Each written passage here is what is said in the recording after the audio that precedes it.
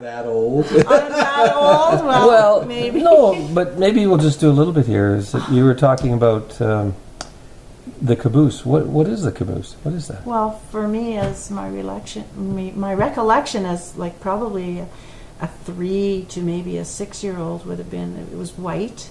It was like a box. It wouldn't have held more than our family, which would have been my mom and dad and me and maybe my brother and maybe my sister at some point. And it had this little pot-belly stove in it that kept us warm, and we'd make the trip into Holdfast, which was 9 miles away in the middle of winter.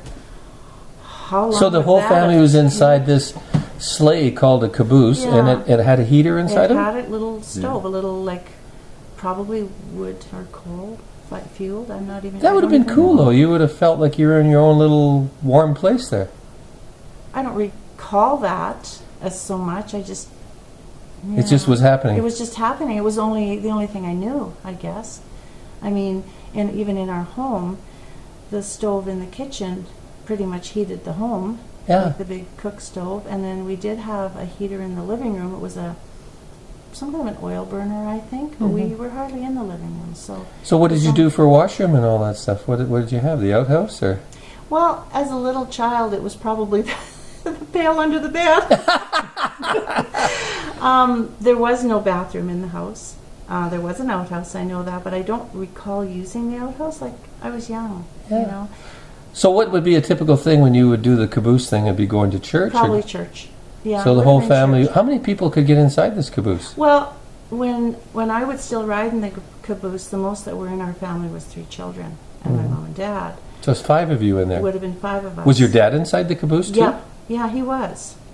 And I don't know how that all worked. Like, I don't know how he left the team or whatever. Somehow, I kind of think that at some point he might have pulled it with the tractor, because the tractor was used a lot. Like, my dad used to take me to grade 1 on the tractor, which was 3.5 miles away, and my mom said that I probably got to school about half the time that first year of grade 1 because the weather was bad and, you know, I'd get a cold or whatever. And just too So difficult. distances in those days were a big thing.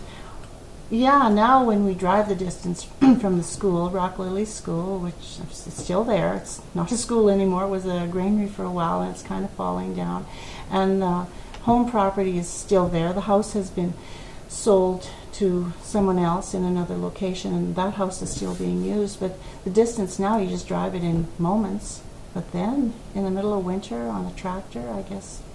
You said there was a cradle in the caboose, is that right? There was a little crib, just probably the size of a cradle, but it was a crib. And I remember a baby being in it.